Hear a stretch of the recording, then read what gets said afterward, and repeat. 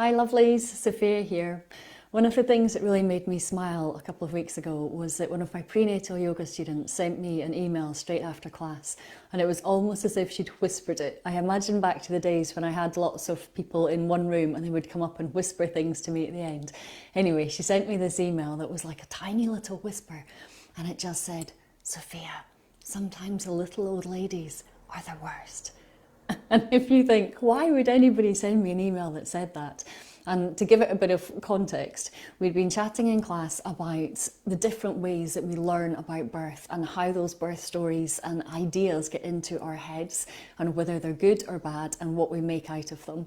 And so it became really obvious as we were chatting in class that often we pick up lots of information that we think is quite good information, or we think we can do something with it. We don't necessarily do a bit of an audit and say this is good because, or this is not good because, and actually how is this going to impact on me going forwards.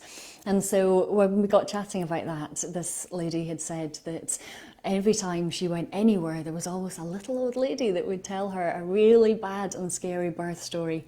And so one of the big things I would say to you is do remember that we love little old ladies. We have absolute respect for our elders. But if there's a chance that they gave birth 60 years ago, 70 years ago, at least kind of 50 plus years ago, then do remember that they had a very, very different experience to the experience that you're going to have now. For starters, they didn't have access to all of the positive information. They didn't necessarily even have access to a full understanding of why it's important that you put positive information in there and feel good information in. They were relying on being in the club.